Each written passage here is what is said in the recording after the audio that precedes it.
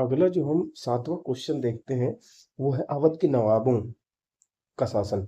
तो अवध के शासन काल में अवध के नवाबों के शासनकाल में उत्तर प्रदेश में वास्तुकला के विकास का वर्णन कीजिए।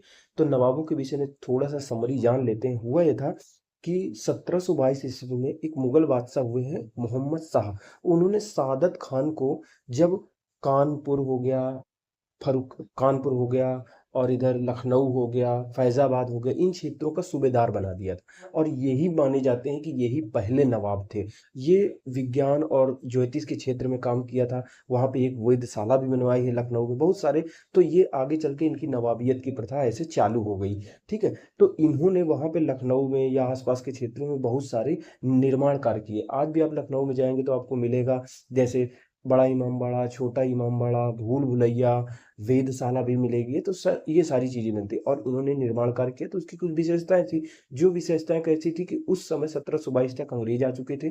तो यूरोपीय स्थापत्य कला शैली की विशेषताएं और जो मुगलों की स्थापत्य कला शैली की विशेषताएं थी, उनको मिलाकर निर्माण कार्य कराया था। क्योंकि इनका प्रभाव नवाबों पर इसलिए ज्यादा बढ़ गया था क्योंकि मुगल सत्ता यानी जो शासक था वो ज्यादा कमजोर हो गया था, बहुत कमजोर। वो नियंत्रण इनके ऊपर नहीं कर रहा था। तो ये लोग लगभग स्वतंत्र अवस्था में कार्य कर रहे थे। तो चलते हैं, समझते हैं। अवध के नवाबों के शासनकाल में उत्तर प्रदेश में वास्तुकला के विकास का वर्णन कीजिए। तो उत्तर प्रदेश में अवध के नवाबों के शासनकाल में मुख्यतः लखनऊ में ही अनेक निर्माण कार्य कराए गए। लखनऊ में निर्मित भवनों में मुगल कालीन और यूरोपीय स्थापत्य कला शैली, दोनों यूरोपीय और मुगल कालीन स्थापत्य कला शैली का मिश्रण दिखाई देता है।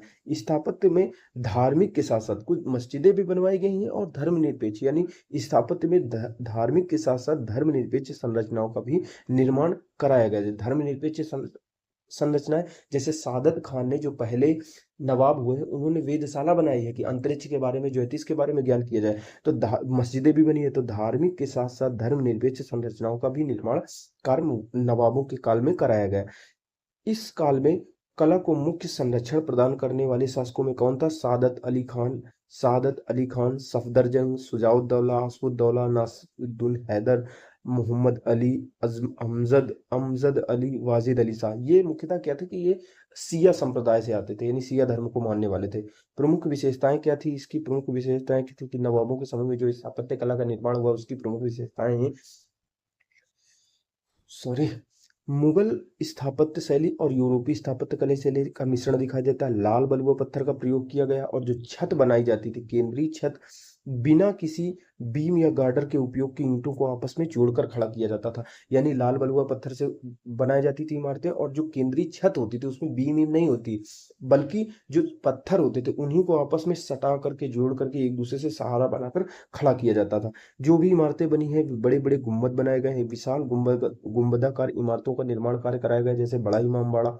सादत अली खान जो पहले नवाब हुए हैं, उन्होंने ज्योतिष और खगोल विज्ञान में वृद्धि के लिए लखनऊ के कहा तरुणवल्ली कोठी में एक वेधशाला बनवाई है। यानी सादत खान ने ज्योतिष और खगोल विज्ञान में वृद्धि के हेतु लखनऊ के तरुणवेली कोठी में एक वेधशाला बनवाई है। फिर सुजाउद्दौला आ जाते हैं। सुजाउद्दौला ने फैजाबाद तो सुजाउद्दौला ने फैजाबाद में, यानी सादत खान ने ज्योतिष और खगोल विज्ञान के लिए वेधशाला बनवाई। तो आगे चल के सुजाउद्दौला आ गए। सुजाउद्दौला ने क्या बनवाई? फैजाबाद, यानी कि अब अयोध्या। सुजाउद्दौला ने अयोध्या के सौंदर्यीकरण और विकास हेतु बहुत ध्यान दिया। फिर आसफुद्दौला है। सुजाउद्दौला के बाद आसफुद्दौला, उन्होंने लखनऊ को राजधानी बनाकर अनेक भवनों का निर्माण कार्य कराया। बड़ा इमामबाड़ा में भूल भुलैया का निर्माण कार्य हुआ आसफुद्दौला के समय में ही। वाजिद अली शाह वास्तुकला के महान एवं उदार संरक्षक थे। इस समय छोटे इमामबाड़े की चोटी पर सुनहरा गुंबद का निर्माण कराया गया। लखनऊ के ऐतिहासिक स्थलों में नवाबों के काल में निर्मित कराए गए भवनों का महत्वपूर्ण स्थान है। आगे क्या कह रहा है? इनके समय में यानी नवाबों के काल में अनेक महल, मस्जिद, दरवाजे, इमामबाड़े, चौकों आदि का निर्माण कराया गया। निष्कर्षतः कह सकते हैं कि अवध के नवाबों के शासनकाल में स्थापत्य कला संबंधी अनेक कार्य कराए गए जो वर्तमान में भी संरक्षित हैं, और स्थापत्य कला संबंधी गतिविधियों का मुख्य केंद्र उस समय लखनऊ ही था।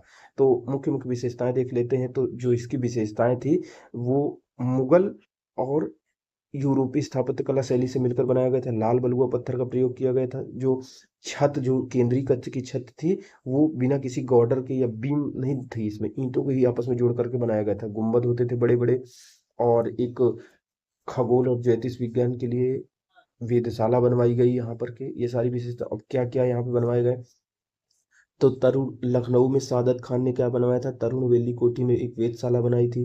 शुजाउद्दौला का मकबरा यहाँ बना है, बड़ा इमाम बाड़ा, रूमी दरवाजा बना है, बिबियापुर की कोठी बनी है, हयात बख्शी कोठी बनी है, फरहद क्षेत्र की कोठी, लाल बड़ारेदार महल बना हुआ है, मोती महल, मुबारक मंजिल, ये सारी चीजें उस समय बनी है। छोटा इमाम बाड़ा बना है, केसर बाग महल बना हुआ है, ये सारी इमारतें बनी।